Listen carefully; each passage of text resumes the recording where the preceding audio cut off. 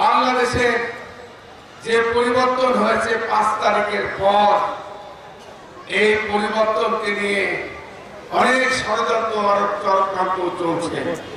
আমার মাননীয় আমার ভাইরা, আমার মুরব্বীরা, আপনাদের কাছে আপনাদের মাধ্যমে বাংলাদেশের সরকারে আছে তাদের কাছে আমাদের আহ্বান, এই ষড়যন্ত্রকে রুখতে হলে ঐক্যের বিকল্প নেই। এখানে আওয়ামী লীগ দেশ ছেড়ে পালিয়েছে, আওয়ামী লীগের সন্ত্রাসীরা পার্শ্ববর্তী রাষ্ট্র ভারতে গিয়ে পালিয়ে আছে।